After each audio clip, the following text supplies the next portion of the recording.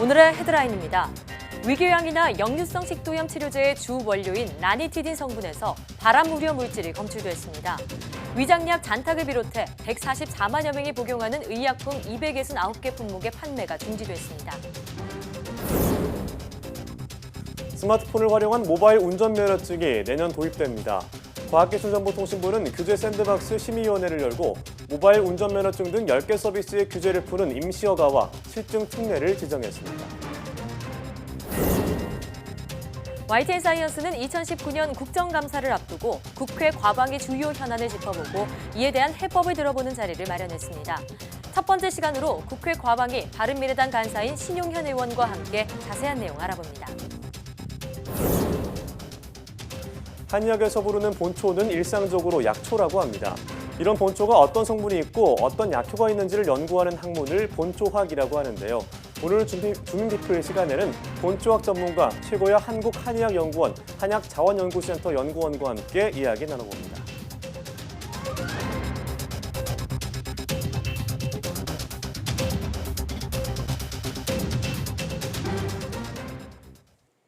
여러분 안녕하십니까? 사이언스 투데이입니다. 식품의약품안전처가 위장약 잔탁 등 국내에서 유통되는 라니티딘 성분 원료의약품 269개 품목에서 발암 우려 물질이 검출돼 제조와 수입 판매를 중지했습니다. 해당 의약품을 복용하고 있는 환자 중에 안전에 우려가 있다면 병의원을 찾아서 상담할 것을 당부했습니다. 김승재 기자가 보도합니다. 라니티딘은 위궤양이나 역류성 식도염 치료제의 주 원료로 사용되는 성분입니다. 식약처가 라니티딘 성분 원료 의약품을 수거 검사한 결과 NDMA가 잠정 관리 기준을 초과해 검출됐습니다. NDMA는 세계보건기구 국제암연구소가 지정한 인체 발암 추정 물질입니다. 이에 따라 식약처는 라니티딘 성분 원료 의약품을 사용한 국내 유통 완제 의약품 전체 269개 품목에 대해 잠정적으로 제조와 수입 판매를 중지하고 처방을 제한했습니다. 해당 의약품을 복용 중인 환자는 144만여 명으로 단기 복용한 경우 인체 위해 우려는 크지 않다고 식약처는 밝혔습니다. 식약처는 라니티딘 인체영양평가위원회를 구성해 라니티딘 성분 의약품에 장기간 노출됐을 경우 인체에 미치는 영향을 조사 평가할 계획입니다. 또 해당 의약품을 복용하고 있는 환자 가운데 안전에 우려가 있다면 병의원을 찾아 상담할 것을 당부했습니다. 상담을 통해 재처방, 재조제를 받을 경우 1회에 한해 본인 부담금을 내지 않아도 되고 조치 대상 의약품 가운데 처방 없이 구입 가능한 일반 의약품은 약국에서 교환하거나 환불받을 수 있습니다. YTN 김승재입니다. 인천시 강화군 삼산면 돼지 농가가 아프리카 돼지열병 확진 판정을 받았습니다. 농림축산식품부는 의심 신고가 접수된 뒤 시료를 정밀 검사한 결과 양성 판정이 나왔다고 밝혔습니다. 확진 판정을 받은 돼지 농가는 돼지 2마리를 키우고 있는 것으로 알려졌습니다. 이로써 강화군에서는 지난 24일부터 4일 연속 아프리카 돼지열병이 발생했습니다. 또 인천시 강화군 강화읍에서 의심 신고가 새로 접수되는 등 지난 17일 아프리카 돼지열병 첫 확진 뒤 지금까지 7곳이 확진 판정을 받았고 의심 신고는 3건이 접수됐습니다. 추가 의심 신고가 들어온 지역은 경기도 양주와 연천, 강화군 강화읍입니다. 전국 일시 이동 중지 명령이 오는 28일 정오까지 48시간 연장됐습니다. 아프리카 돼지열병 긴급행동지침에는 일시 이동 중지 명령을 필요에 따라 48시간 안에서 한 번 연장할 수 있습니다. 이동 중지 명령이 내려지면 전국의 돼지 농장과 사료 농장, 도축장 등은 돼지 외부 반출은 물론 농장 관계자와 차량 이동이 중지됩니다. 이에 따라 애초 다시 문을 열기로 했던 전국의 도축장과 경매장 등은 개장이 연기됐습니다. 이동 중지 명령이 연장됨에 따라 돼지고기 출하 시기를 놓치게 된 농가가 타격을 받게 되고 돼지고기 가격도 오를 가능성이 큽니다. 농림축산식품부는 이와 함께 경기 북부 중점관리 지역으로의 출입금지 대상을 살아있는 돼지와 분뇨에 이어 축산 관계 차량으로까지 확대했습니다. 이에 따라 경기 북부 중점관리 지역의 축산 관계 차량은 다른 지역으로 나갈 수 없습니다. 프랑스 파스테르 연구소의 피에르 마리 지라드 국제협력 부소장이 아프리카 돼지열병 등 감염병의 국내 확산을 막기 위해서는 국제협력이 필수적이라고 말했습니다. 지라드 부소장은 경기 판교 한국파스트르 연구소에서 열린 파스트르 국제 네트워크 역할 심포지엄에서 YTN 사이언스 취재진과 만나 이제까지 모든 감염병 발생 원인은 항상 인접 국가에 있었다며 이같이 말했습니다. 그는 국제협력의 첫 단계로 모든 국가가 감염병에 대한 정보를 공개하고 국제기구는 이 같은 현황을 파악해야 한다고 말했습니다. 다음으로는 감염병 방역 시스템이 미비한 나라에 대해서 좋은 연구 조건을 가진 나라들과 국제기구가 원조를 제공해야 한다고 말했습니다. 한편 국내 감염병 방역을 위해서는 감염동물 살처분 여부를 신속하게 결정하는 판단력이 중요하다며 이는 신종 감염병의 백신이 개발되기까지는 적어도 2년 이상이 걸리기 때문이라고 말했습니다. 그럼 지라드 부소장의 말을 직접 들어보겠습니다. In the fight against infectious diseases, it's of tremendous importance that the teams, the scientists, the epidemiologists, the health authorities work all together. You can't exclude that there would not be a transmission of the vectors, the rats, and so on. So really, it's a worldwide mobilization. 아프리카 돼지열병의 확산으로 강원도 전 지역을 비롯한 모든 접경 지역이 중점 관리 지역으로 묶였습니다. 도시 경계마다 방역 초소가 설치됐는데 현장에선 여전히 빈틈도 눈에 띕니다. 지환 기자입니다. 온종일 소독 또 소독입니다. 대형 소독기가 쉴 새 없이 약품을 뿜어낸 뒤에야 돼지 농장엔 사료 차량이 들어갑니다. 접경지 도시를 잇는 경계 지역도 마찬가지. 차량 안팎은 물론 운전자도 내려서 소독해야 운행 허가를 받을 수 있습니다. 훈련 중인 군부대도 방역에 동참했습니다.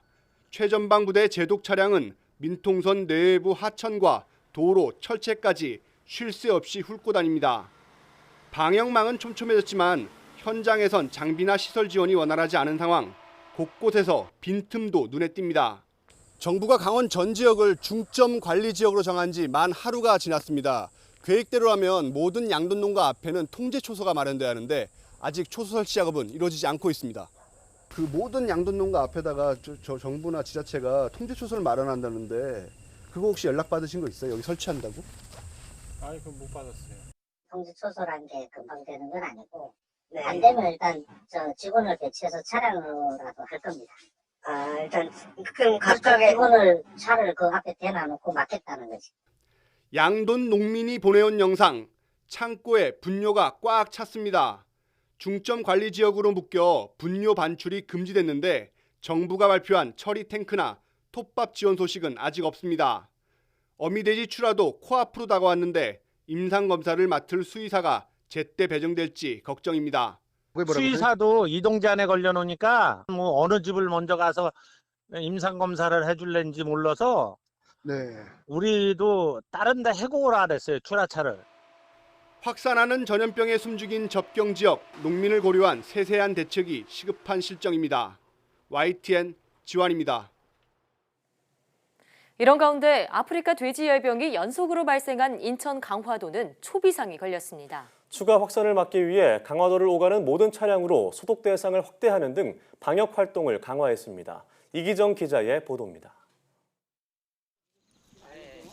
아프리카 돼지 열병으로 돼지 388마리가 모두 살처분된 농장 입구입니다. 강화군 공무원과 주민들이 조를 편성해 24시간 2교대로 외부인 출입과 차량에 대한 통제를 벌이고 있습니다. 강화군에만 이러한 초소가 29개 설치돼 운영 중입니다. 지금 살처분은 다 완료가 됐고 또 그 살처분 바이러스가 이제 다시 퍼지는 걸 이제 방지하기 위해서 지금 인원 통제 및 차량 통제를 하고 있습니다. 강화도 거점 소독 시설인 초지대교와 강화대교에서는 방역 활동이 한층 강화됐습니다. 이전까지는 농장을 출입하는 차량에 대해서만 소독을 실시해 출입증을 발급해줬지만 상황이 심각해진 지금은 강화도로 들어가는 모든 차량에 대해 소독 활동이 펼쳐지고 있습니다. 돼지 3만 8천 마리를 사육하고 있는 강화군은 모든 가용 인력을 상황실과 인력 동원반, 살처분반 등으로 비상 편성했습니다.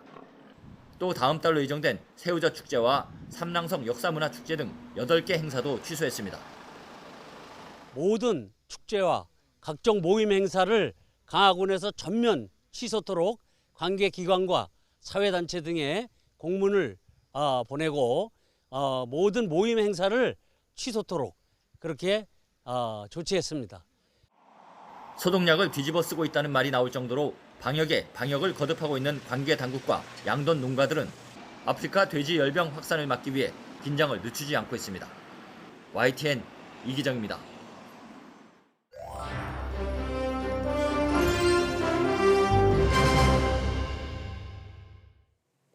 YTN 사이언스는 2019년 국정감사를 앞두고 국회 과학기술정보방송통신위원회의 주요 현안을 짚어보고 이에 대한 해법을 들어보는 자리를 마련했습니다. 네, 오늘은 그 첫 번째 시간으로 바른미래당 신용현 의원을 스튜디오로 모셨습니다. 어서 오세요. 네, 반갑습니다. 안녕하십니까. 네, 우선 국감 준비로 바쁘신 와중에 이렇게 출연해 주셔서 감사합니다. 예, 아니요, 불러주셔서 감사합니다. 예. 네, 자, 최근 지난 7월부터 시작된 일본의 수출 규제와 화이트리스트 제외로 인해서 우리나라의 소재 부품 장비 국산화 필요성이 높아지고 있습니다. 지금 정부와 산학연이 함께 머리를 맞대고 있는데 어떤 대책들이 얘기가 나오고 있는지 또 이에 대한 의원님의 생각은 어떤지 듣고 싶은데요. 예, 그러니까 요즘 같은 자유무역 체제에서는 부품, 소재, 그럼 장비, 거기에서 만들어진 제품 이런 것들이 이렇게 국가 간에 끈끈하게 연결이 되어 있습니다. 네. 그래서 예. 한 나라에서 소재 부품서부터 어떤 제품까지를 다 하는 경우가 어렵기 때문에 국가 간에 무역을 하면서 그 가치를 창출하는 그런 식으로 되어 있었는데 네. 이번에 이제 일본이 화이트리스트에서 그 갑자기 부품 소재를 제외하면서 예. 아, 이게 정치적으로 악용이 될 수 있구나 하는 그 첫 사례가 나왔고요. 예. 이러다 보니까 이제 그 피해는 고스란히 우리 기업과 우리 국가 경제에 영향을 미치고 있습니다. 네. 네. 근데 이런다고 해서 저희가 소재 부품을 다 자체적으로 개발한다고 하는 것은 사실은 힘든 현실적이지도 않고 예. 또 효율적이지도 않기 때문에 이번 기회에 저희가 몇 가지 이제 방안들을 생각을 하고 있는데요. 네. 우선은 소재나 부품, 장비에 대한 원천 기술을 우리가 가져야 되겠다. 그래서 이제 혹시 다른 나라, 일본을 뭐 비롯해서 다른 나라에서 이런 케이스가 나온다고 하더라도 예. 이 원천 기술이 있으면 빠른 시간 안에 이렇게 대체를 할 수 있는 기술이 나올 수 있기 때문에 예. 그런 기술을 가지고 있었으면 일본이 지금과 같은 이런 행위를 하지 못했을 것이다 하는 것이 나와 있고요. 예.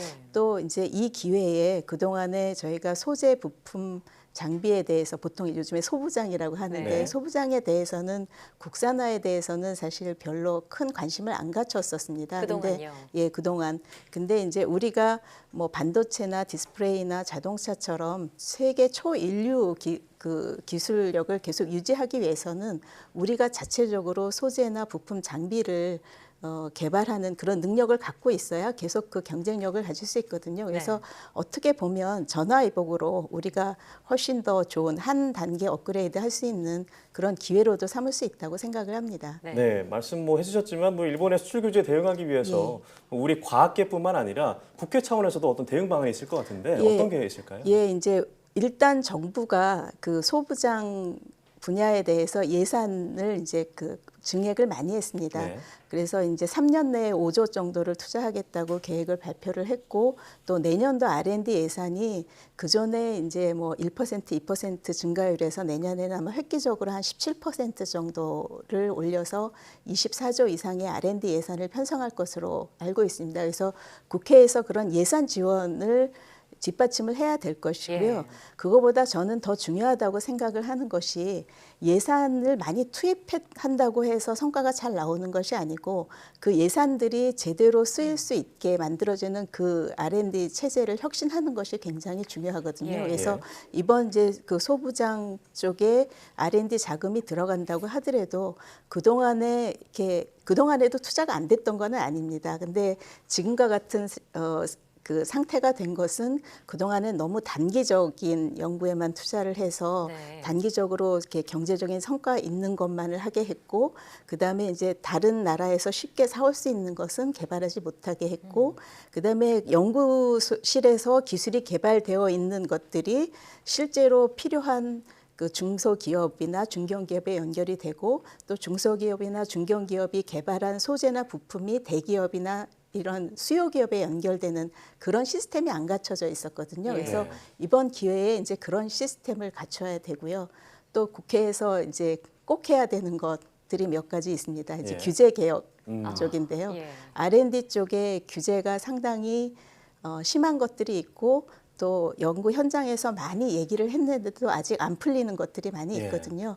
그래서 뭐 예를 들면 이제 화평법, 화관법 문제라든지 뭐 주 52시간 근무제도 마찬가지고요. 예. 그래서 이런 현장에서 불편함을 겪고 있는 잘못된 규정들도 정비하고 그다음에 규제들도 개혁해주고 하는 게 아마 국회의 역할 아닌가 싶습니다. 네, 방금 여러 가지 말씀 중에 주 52시간 근무제 예. 언급을 하셨는데 예. 사실 이와 더불어서 일본의 수출 규제로 좀 피해가 예상되는 기업들에 한해서라도 주 52시간 근무제를 완화해줘야 하는 건 아니냐 이런 필요성도 제기되고 있는 것으로 알고 있습니다. 예, 사실은 예. R&D를 하는 영역에서 주 52시간 제도를 도입했다는 것 자체가 네. 현장에서는 이제 굉장히 의아하게 생각을 하는 것이거든요. 아무래도 좀 왜냐하면 유연성과 자율성이 침해가 될 수 그러니까 있겠죠. R&D라고 하는 것이 이렇게 출퇴근 시간을 맞춰서 딱 할 수 있는 것이 아니고 네. 예. 실험 시간이 뭐 24시간 이상 뭐 며칠을 두고 봐야 되는 경우도 있고 R&D라는 것이 어떤 결과물을 만들어낼 때는 이렇게 몰입을 해야 되는 그 기간이 필요합니다. 근데 그렇습니다. 이런 걸 다 무시하고 일률적인 52시간 근무제를 도입했기 때문에 이것은 이제 어떻게 보면 연구자의 그 뭐라 그러나요? 일과 삶의 그 워라밸을 맞춰준다기보다는 네. 연구자의 자율성을 좀 거꾸로 훼손한 것이다 하는 얘기가 많이 들리고 있고요. 네. 마찬가지로 소프트웨어 개발 기업 이런 쪽에서도 이 마지막 순간에는 이제 정말로 이렇게 오랜 시간 몰두해야 되는 시간들이 있는데 이거를 주 52시간제가 넘어가면 사업주가 처벌을 받는 시스템이기 때문에 예. 그런 거에 대해서는 좀 개선이 필요하다고 생각을 합니다. 네, 연구 현장의 유연성과 자율성이 좀 보장되도록 제도가 보완되었으면 좋겠습니다. 그렇게 하려고 하고 있습니다. 예. 뭐 연구기관의 특성을 반영하는 연구목적기관 지정법, 공공기관 운영에 관한 법률 공문법 개정안이 이제 국회를 통과를 했습니다. 자, 연구자와 연구기관의 자율성을 보장하기 위해서 또 이제 추후 계획은 어떤 게 있나요? 그 공문법을 사실은 통과시키는 게 굉장히 어려웠었습니다. 그러니까 공문법 아마 잘 모르실 텐데 지금 얼마 전까지만 하더라도 연구기관이 일종의 이제 공기업 뭐 예를 들면은 경마장, 그다음에 무슨 그 강원랜드 이런 데랑 같이 묶여 있었어요.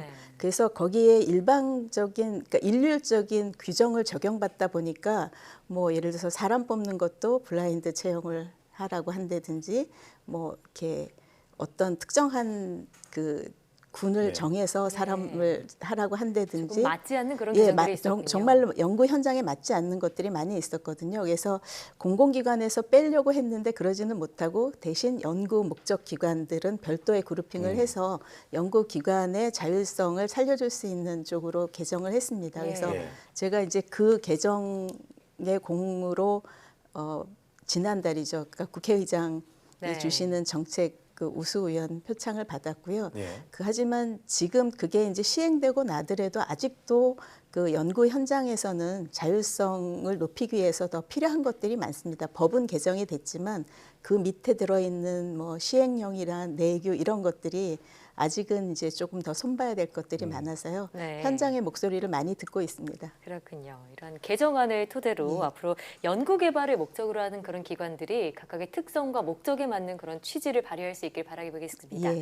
또 올해 처음으로 국가 R&D 예산이 20조 원을 돌파를 했습니다. 그렇죠. 정말 이렇게 예산이 투입이 되고 있는 것은 긍정적이지만 과연 실질적인 성과로 이어질 것인가 하는 문제는 또 다른 문제라고 볼 수 있을 텐데요.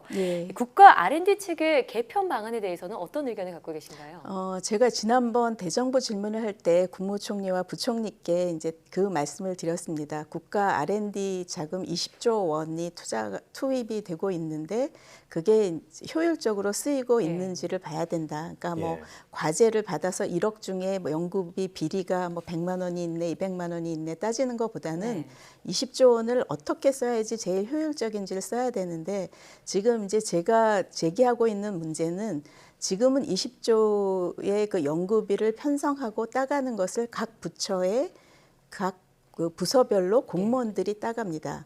그러다 보니까 국가적인 R&D 기획이 부족해서 네. 국가는 또 공무원들이 그 R&D를 기획하는 능력은 없기 때문에 공무원들은 뭐 연구소나 협회나 뭐 대학에서 기획안을 올린 것 중에 이렇게 선택을 해서 네. 이런 R&D를 하겠다고 이제 일종의 짜집기를 해서 20조를 쓰거든요. 그러다 보니까 뭐 정말로 필요한데 예를 들면 AI 같은 쪽에는 누가 생각해도 이건 국가적으로 투입이 필요한데 현재 AI를 연구하고 있는 교수들이 많지 않기 때문에 네. 연구비가 잘 안 간다든지 뭐 인력 양성을 해야 되는 거가 누구나 생각할 수 있는 일임에도 불구하고 누가 챙기지 않으면 그렇군요. 아무도 안 챙기는 거거든요. 그래서 대신 또 뭐 예를 들어서 태양광 그러면 이제 이게 유행이다 하면 뭐 여러 집단이 이제 태양광에 관련된 연구비를 가져가고 이런 것들이 있기 때문에 그 20조 R&D 내년 같으면 24조 이상의 R&D 그 자금을 제일 윗단에서 나눌 때 훨씬 더 효율적으로 나눌 수 있는 방안을 생각해야 되고 예. 그것이 저는 이제 공무원들이 나누기보다는 민간 전문가들이 그 계획을 짜고 큰 그림을 짜고 부처에서는 거기에 맞춰진 그 계획에 따라서 집행하는 그 기능을 주는 것이 좋겠다고 생각을 하고 있습니다. 예, 민간을 주도로요. 예, 민간 주도라는 게 뭐 그냥 아무 뭐라 그러나 전문성이 없는 사람들이 네. 아니고 현재도 국가과학기술심의회라든지 이런 현재도 체계는 민간 전문가들이 있지만, 네. 하도록 되어 있습니다. 근데 실질적으로 그렇게 되어 있지 않고 다 그 각 부처에서 나온 예산들을 그냥 민간 전문가한테 보여주고 회의 시간에 보여주고 그냥 통과시키는 거거든요. 그래서 그러지 말고 이런 전문가 풀을 더 동원을 해서 네. 정말로 이제 효율적인 R&D 그림을 잘 짜야 된다고 생각을 하고요. 네. 이번에 이제 소부장에서 나온 것처럼 어떤 제품을 개발을 할 때는 사실은 제품 개발하는 해서 그게 쓰여야 되잖아요.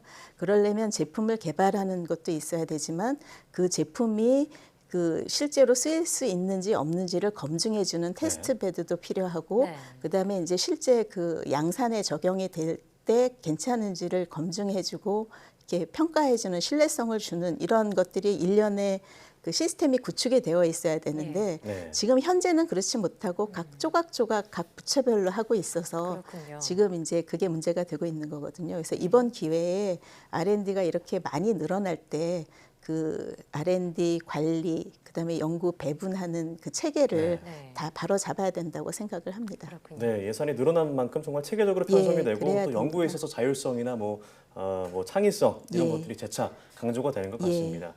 자, 이제 작년에 있었던 라돈 침대 문제에 이어서 예. 생활 밀착 경제품에서 또다시 이제 안전 기준치를 또 넘는 나왔습니다. 라돈이 건출되면서 예. 국민들의 불안이 커지고 있습니다. 자, 이런 예. 국민들의 불안을 해소할 수 있는 방안은 또 어떤 게 있을까요? 지금 이제 라돈 사태가 막 이렇게 공개적으로 이슈화가 된 지 벌써 1년 4개월이 지났거든요. 네. 근데 이제 지금 문제가 되는 것들은 그 이후로 사실은 그 생활방사선법 같은 것이 지정이 돼서 원료나 어떤 이제 제품으로 됐을 때 관리를 하게 되어 있습니다. 지금은. 네. 근데 이제 이게 소급 적용이 안 되기 때문에 그 전에 들어와서 만들어졌거나 그 전에 들어온 원료에 대한 제품들이 아직까지 계속 나오고 있거든요. 그래서 이거를 이제 지금 뭐 웬만큼 정리가 됐지만 아직도 이제 나오는 것들에 대해서 처리를 해줘야 되는데 지금 문제는 뭐냐 하면 발견을 했다고 하더라도 이 제품을 제대로 수거를 한다거나 수거한 거를 어떻게 처리를 할 방안이 아직 안 서 있습니다. 네. 예, 그래서 이제 지금 환경부가 그거를 그 방안을 만들고 있고요.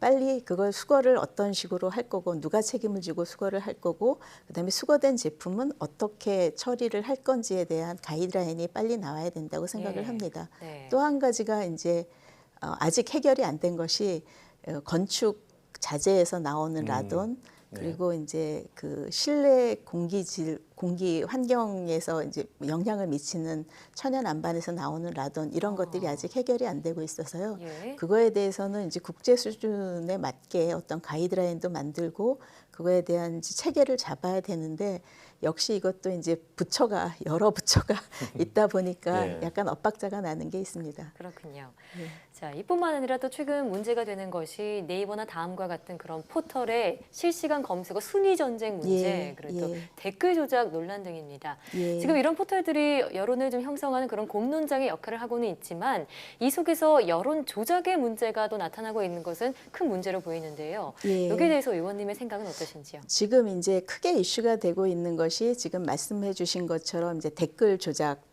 순위 조작이죠. 예. 네. 순위 조작하는 거가 문제가 있고 또 하나는 이제 가짜 뉴스라고 얘기하는 문제가 있습니다. 그래서 이제 지난번에 드루킹 사건 때 이제 크게 문제가 됐었기 때문에 기계를 이용한 뭐 일명 이제 매크로를 이용한 댓글에 대한 거는 상당히 많이 줄었다고 생각을 하지만 아직도 이제 그 조직적으로 뭐 실시간 검색어를 올린다든지 이런 예. 현상들이 나타나고 있고요. 실제 조사를 해보면 그 국민들이 그 기사를 읽을 때 실시간 순위에 있는 거를 찾아서 읽기 때문에 이게 이제 악영향을 계속 미치고 있습니다. 예. 그래서 이거는 뭐 댓글 조작 아니면 순위 조작이 그 단순한 게 아니고 일종의 이제 여론을 호도해가고 한편으로 몰아가는 이런 민주주의에서는 있어서는 안 될 일종의 중대한 범죄 행위에 해당이 되거든요. 예. 그리고 가짜 뉴스도 마찬가지입니다. 그 잘못된 거를 악의적인 어떤 의도를 가지고 퍼뜨리는 것 이런 거는 이제 막아야 되는데 이제 문제는 이게 이제 개인의 표현의 자유하고 이제 상충되는 것 때문에 네. 저희 생각에는 저희는 이게 정부가 개입을 하기보다는 뭐 포털이나 이런 민간들이 같이 합쳐져서 그 가이드라인을 만들고 그리고 그 스스로 걸러내는 그런 체계를 만들도록 하는 게 최선이 아닌가 싶습니다. 예. 네. 자, 그럼 마지막으로 기초과학연구원 IBS에 대한 얘기를 나눠볼까 하는데요. 예. 지난해 국정감사에서 뭐 방만한 경영, 연구 비리 예. 때문에 많은 문매를 맞았는데 이제 1년이 지났음에도 불구하고 여전히 IBS의 연구 비리 등이 끊이지 않고 있는 것 같습니다. 이 IBS의 문제에 대해서 어떻게 보시나요? 예, 그러니까 IBS는 사실은 우리 국가 R&D 하는 데서는 좀 어떤 획기적으로 그 R&D를 관리하는 시스템을 좀 바꿔본 케이스입니다. 그러니까 네. 연구단장한테 큰 권한을 주고 연구에 관한 거의 전권을 주고 사람 뽑는 것서부터 연구비 배분하는 것 뭐 이런 것까지를 이제 전권을 주고 해서 그래서 이제 자율성과 창의성을 높이는 데는 굉장히 큰 기여를 했습니다. 근데 이제 그 부작용으로 이렇게 그 연구단장이 모든 거를 관리를 하다 보니까 기존에 이제 그 관리 시스템이 이렇게 쫀쫀하게 잡혀 있었던 네. 데보다는 지금 이제 여러 가지 문제가 나오고 있는데요. 그거는 저는 이제 이렇게 일종의 나올 수 있는 부작용이라고 생각하고 빨리 그런 연구 부정행위 이런 거는 뭐 일벌백계해서 없애야 되지만 혹시나 이런 연구 부정행위가 이제 IBS에서 나왔다고 해서 이런 자율성을 주는 체계 뭐 그다음에 이제 IBS에서 처음 시도하는 여러 가지들이 있거든요. 자율성과 예. 창의성을 높이기 위한 그런 시도들이 뭐 이렇게 방해를 받거나 네. 예, 그 의도가 훼손되진 않았으면 좋겠다고 생각을 합니다. 네, 알겠습니다. 자, 이런 IBS 비리는 저희 YTN 사이언스에서도 단독 보도한 바 있는데요. 예. 자, 이제 2일부터 시작되는 과방위 국감에서 이를 예. 비롯한 과학계 현안들이 제대로 다뤄지길 바라겠습니다. 예. 네, 예. 의원님 오늘 출연해 주셔서 감사합니다. 네, 고맙습니다. 예, 감사합니다.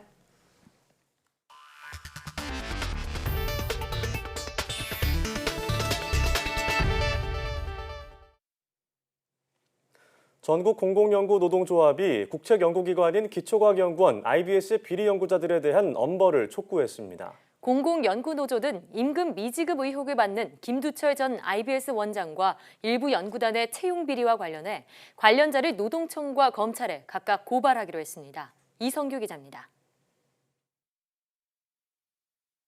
기초과학연구원의 원장이 주말 대전연구원과 서울 자택을 오가는데 전용차를 이용한 것으로 드러났습니다.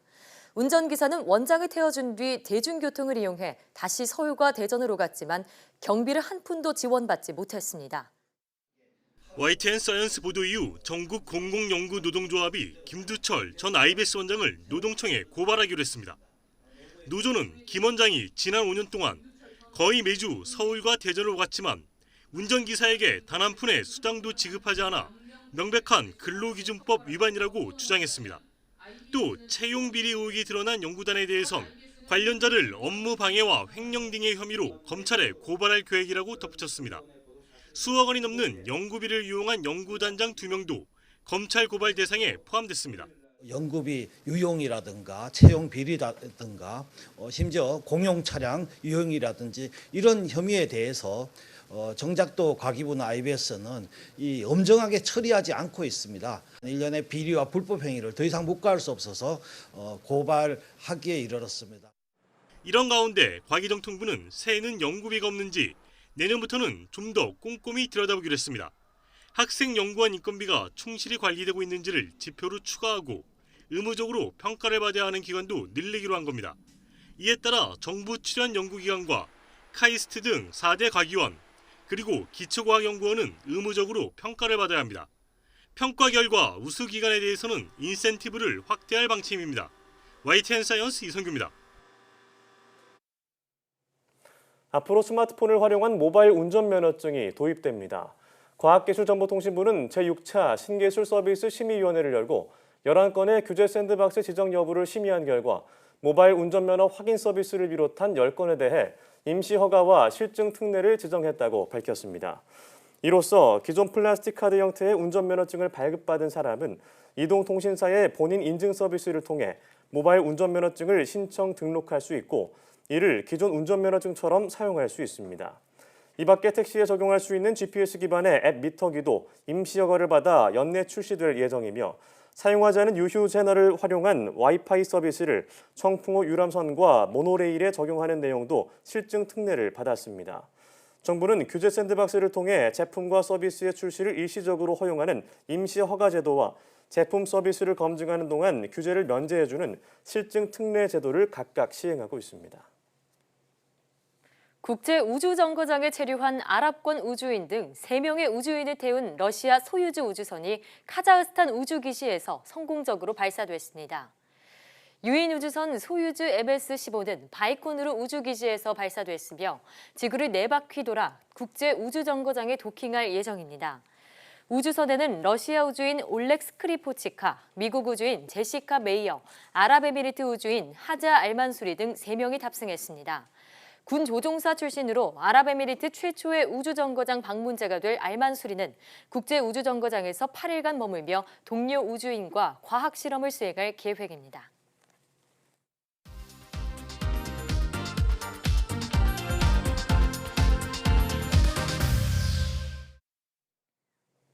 본초학은 질병 치료에 쓰이는 식물, 동물, 광물계에서 얻은 한의학 물질을 연구하는 학문입니다.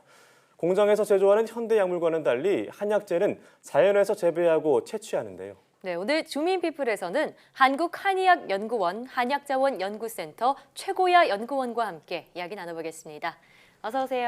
네, 안녕하세요. 네, 반갑습니다. 자, 이 박사님께서는 원내에서도 본초학의 아주 정통한 그말로 최고인 그런 전문가로 꼽힌다고 들었는데요. 어떤 일을 하시는지 소개 부탁드릴게요. 네, 저희가 본초라고 하면은 사실 한약재를 가리키는 말입니다. 네. 한약 우리 민족의 전통 약물요법이죠. 그 약물요법에 들어가는 원료를 한약재라고 하는데 대부분 이제 인삼이나 당귀 같은 그런 식물성 약재가 많고 또 약용 부위가 뿌리인 경우가 많기 때문에 그것을 뿌리 본자에 풀초자 해가지고 본초라고 부릅니다. 그래서 본초나 한약재나 같은 말이나 마찬가지고 이제 일상용어로 하자면은 약초에 해당되겠습니다. 네. 저희 이제 본초학이라고 하면은 이 본초에 대한 모든 것을 연구하는 학문인데요. 네. 옛날 역사적인 동의보감이나 이런 데 고전 의서에 나오는 기록, 어떻게 기록되어 있는지, 또 우리나라에서 옛날부터 사용했던 약재가 어떤 약재가 있는지, 그리고 약용식물이나 한약재가 이제 비슷비슷한 게 많습니다. 비슷비슷한 것들이 서로 어떻게 다른지, 또 가공이나 저장은 어떻게 해야 되는지, 그리고 한약재에 들어있는 성분이 어떤 게 있고 또 어떤 약효가 있는지, 그리고 또 우리 몸속에 한약재가 들어갔을 때 어떻게 분해되고 흡수돼서 되는지 이런 것들을 연구하는 것들이 아주 분야가 다양하고요. 네. 그중에서 이제 제가 주로 연구하는 분야는 한약재의 감별입니다. 감별이요? 한약재는 이제 일반 현대 약물은 공장에서 합성돼 가지고 만들어지는데 한약재는 자연에서 이제 밭에서 채취되는 경우가 많기 때문에 이게 유통되는 과정에서 또는 소비자들이 소비하는 과정에서 비슷하게 생긴 다른 약재를 잘못 복용하거나 또는 한약재를 원료로 하는 한약제제나 또는 건강식품 등에서 원료가 잘못 들어가 가지고 또 경제적인 손실을 일으키는 경우도 있습니다. 그래서 그런 것들을 막기 위해서 한약재 감별 연구가 필요합니다. 본초학 연구에 대해서 알려주셨는데요. 자, 연구원님께서 이 본초학을 전공하시게 된 계기가 어떻게 되는지 궁금해요. 네, 사실 제가 대학원에 진학을 할 때 저는 처음에는 경혈학은 이제 침 놓는 혈자리에 대한 학문인데요. 예. 경혈학을 하려고 했는데 이제 같이 올라간 제 친구가 자기가 경혈학을 하고 싶다 해가지고 그럼 너가 해라. 그럼 나는 본초학을 하겠다. 아, 네, 양보하셨군요. 그래서, 큰 고민 없이 본초학을 골랐습니다. 네, 막상 본초학 해보니까 선택을 잘한 것 같습니다. 일단 제 적성에 맞기 때문인데요. 이 본초학이라는 게 다른 학문도 마찬가지긴 한데 본초학 자체가 그 자체로 융합 학문입니다. 이게 옛날 고전 의서에 있는 것을 봐야 되기 때문에 한문을 당연히 잘 알아야 되고요. 예. 또 천연물을 약재 원료로 쓰기 때문에 식물학이나 동물학 또는 광물학까지도 어느 정도 알아야 되고 또 한약이라는 것이 중국, 일본, 한국 또 수천 년 동안 아시아 전체적으로 이루어진 학문이라서 역사 또 지리 이런 것들도 필요하고요. 또 과학적인 연구를 해야 되니까 천연물 화학이랄지 또는 양리학이랄지 또 유전자 분석 이런 것들도 최소한 개념 정도는 알고 있어야 됩니다. 저는 이제 문과 출신이라 한문이나 역사나 지리 이런 것들을 원래 좋아했고요. 그리고 또 아주 수박 거달기식으로 여러 가지 분야를 공부하는 걸 또 좋아하다 보니까 이런 데 적성이 또 맞습니다. 네. 그리고 또 본초하는 사람 그러면 이 카메라 하나 딱 들고 산으로 또 들로 자연으로 가서 약용식물을 관찰하고 또 채취하고 이런 게 일상인데 직접 가기도 하는군요. 대부분 직접 합니다. 그래서 저는 또 등산이나 사진 찍는 것도 어릴 때부터 좋아해가지고 그런 것도 좀 적성에 맞고 그렇습니다. 그렇군요. 자, 그런데 제가 듣기로는 본초의 종류가 한 수천 종에 이르는데 이 중에서도 실제 처방에 쓰이는 거는 한 200~300종이고 또 이 중에서 100종만 상용화된다고 그러더라고요. 자, 그러면 대표적으로 본초에는 어떤 것들이 주로 쓰이는지 궁금한데요. 네, 본초의 종류로 따지면 우리나라 동의보감에는 한 1,400가지 정도가 들어있고요. 중국 명나라 때 본초 감목에는 한 1,800개 정도가 들어있고 현대 중국에서 나온 이제 중화본초라고 하는 책에는 한 9,000가지 정도의 본초가 소개되어 있습니다. 근데 이제 그 가지수는 많지만 기록에 있는 가지수는 많지만 실제 대부분은 백과사전적으로 예를 들어서 어느 지역에 가면 어떻게 생긴 식물이 있는데 그 식물을 그 동네 사람들은 어떤 용도로 쓴다. 이 정도로 그냥 피상적으로 적어놓은 것이 많고요. 실제 그런 약효가 있긴 있겠지만 임상적으로 오랫동안 사용해 보면서 정말로 약효를 보았던, 약효가 좋았던 약재들만 지금 살아남아가지고 많이 사용되고 있는 겁니다. 실제 한방 의료기관에서 지금 현재 사용하고 있는 것들이 이제 처방이 다 다른 처방을 쓰니까 다르지만 적게는 한 50가지, 많게는 한 200가지 정도의 약재를 가지고 환자를 치료하는 데 쓰고 있습니다. 대표적인 이제 약재로 한다면 지금 우리나라 한방 의료기관에서 제일 많이 쓰는 약재가 진피라는 약재인데요. 진피는 이제 귤 껍질입니다. 이거 주로 이제 소화기나 또는 호흡기 쪽에 염증이 생겼을 때 그걸 해소해주는 약효 용도로 쓰는데 요즘 보면은 이제 판매되는 제품 중에서 이제 숙취 해소 제품들이 많은데요. 그 중에 이 진피가 주재료인 제품들이 많습니다. 실제로 진피에는 헤스페리딘이라고 하는 성분이 들어있는데 이 성분이 체내에 들어가게 되면 알코올 대사를 촉진해주고요. 또 간세포를 보호하기 때문에 그런 숙취 해소에 당연히 도움이 되는 것이 이제 밝혀져 있습니다. 또 섭취를 하게 되면은 혈중에 이제 콜레스테롤 수치를 낮춰줘 가지고 비만 예방에도 또 도움이 되는 걸로 그렇게 알려져 있습니다. 네, 흔히 뭐 본초, 약초라고 하면은 이제 한약재에서 보통 식물만 쓰이는 걸로 알고 있는데 뭐 동물이나 광물에도 있다고 들었습니다. 어떤 종류들이 있나요? 네, 식물뿐 아니라 동물, 광물도 많이 약으로 쓰고 있고요. 이제 동물로 따지면 흔히들 많이 먹는 녹용 이런 것도 대표적인 동물성 약재가 되겠고요. 가장 요즘에 쓰는 한약재 중에 제일 비싼 게 이제 사양이라는 약재가 있는데요. 사양이요? 사양은 이제 사양노루라고 하는 동물의 이제 수컷의 분비물인데요. 이 약효로 따지면은 중추신경을 자극하고 그래서 정신을 차리게 하고 그래서 그리고 혈액순환도 촉진하고 또 염증을 해소하고 또 요새는 또 암 치료하는 목적으로도 많이 쓰고 있습니다. 그런데 이제 사양노루라고 하는 동물이 멸종 위기 동물이다 보니까 요새는 이제 동물윤리나 이런 것들이 윤리적인 문제가 좀 걸려 있어서 앞으로는 자연 상태에서 채취한 사양보다는 조직배양을 한다든지 또는 인공적으로 합성하는 그런 연구를 더 해서 좀 안전하고 또 안정적이고 또 친환경적인 그런 이용이 가능하도록 연구가 좀 필요하겠습니다. 네. 자, 연구원님이 뭐 카메라 들고 산으로 직접 가시기도 하고 여러 가지 바쁜 일을 하는 와중에서도 이제 과학 대중화 활동을 위해서 열심히 노력하고 계신다고 들었습니다. 이 한의학과 본초학의 가치를 알리는데 몰두하고 계시다 이렇게 들었는데 그 이유가 뭔지 좀 알 수 있을까요? 일반적으로 한의학 그러면 이제 독성이 적다고 알려져 있는데요. 독성이 적은 것이 대부분이긴 하지만 경우에 따라서는 약재를 잘못 섭취하거나 잘못 복용하게 되면은 독성 때문에 약화 사고가 나기도 합니다. 예를 들어서 해마다 나는 사고 중에 하나가 관목통이라는 약재가 있는데요. 관목통에는 신장암을 일으킬 수 있는 독성 물질이 함유되어 있어서 유통이 금지되어 있거든요. 근데 이 관목통이라는 약재를 통초라는 이름으로 잘못 알고 복용하는 경우가 종종 있어서 이제 사고가 납니다. 그런 경우도 있고 또 몇 년 전에 2015년에 그 이른바 백소 사태라고 하는 그 큰 사회 문제가 있었습니다. 네. 그때 이제 건강식품에 들어가는 원료가 섞여서 다른 잘못된 것이 섞여 들어가 가지고 경제적으로 뭐 몇천억 원이 왔다 갔다 하는 그런 문제가 있었는데요. 이렇게 약재를 잘못 쓰게 되면은 인명피도 생길 수 있고 또 재산피도 생길 수 있기 때문에 이런 것들을 막기 위해서는 한약재 감별이 중요한 것이고요.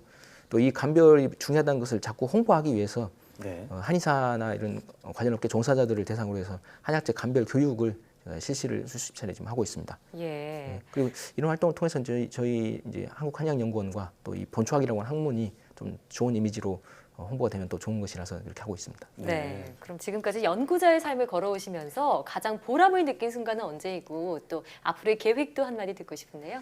네, 사실 이제 주변의 연구자들이 자기들이 실험을 하기 위해서 이런 효능이 있는 약재가 어떤 게 있을까 하고 추천해 달라는 그런 부탁을 간혹 받습니다. 네. 그러면 제가 이제 고전 의서도 좀 찾아보고 해가지고 약재를 몇 가지를 추천을 해드리는데요. 그럼 그게 실제 실험했을 때 고전에 있는 것 그대로 좋은 효과가 나고 또 그래서 효과가 나서 특허도 나고 또 제약회사 같은데 기술 이전도 해가지고 성과가 나오는 걸 보면은 아 역시 이제 고전에 답이 있다 이런 걸 느끼게 되면서 또 뿌듯한 마음도 들고요. 또 한약재 감별 관련해서 홍보나 교육을 하면서 임상 한의사들이 여태 이런 게 있는지 몰랐다 또는 이런 활용 방법이 있는지 몰랐다 좀 더 많이 연구해서 좀 많이 알려달라 이런 말씀하시면 역시 좀 보람을 느낍니다. 네. 또 계획은 어떤 게 있을까요? 네, 향후의 계획이라면은 이제 저희가 연구 시료 중에 한약재를 시료로 쓰는 경우가 많은데 가장 믿을 수 있는 시료를 제공하는 한약 표준 자원은행이라는 것을 이제 구축하는 게 첫 번째 목표고요. 네. 또 이제 웹사이트를 통해서 일반인들이 한약재에 대한 정보를 정확한 정보를 좀 쉽게 검색할 수 있는 그런 서비스를 만드는 것도 하나의 목표고 또 앞으로는 한약에 대한 과학적인 연구 결과들을 대중들이 쉽게 이해할 수 있는 쉬운 말로 해설하는 그런 자료를 만드는 것도 장기적인 목표 중에 하나입니다. 그렇군요. 참 이름에 대한 얘기도 사실 많이 들어보셨을 것 같은데 좀 진부할 수 있겠지만 한약재원 연구 분야의 어떤 최고로 기억되시길 좀 바라보도록 하겠습니다. 네, 오늘 말씀 고맙습니다. 잘 들었습니다. 고맙습니다.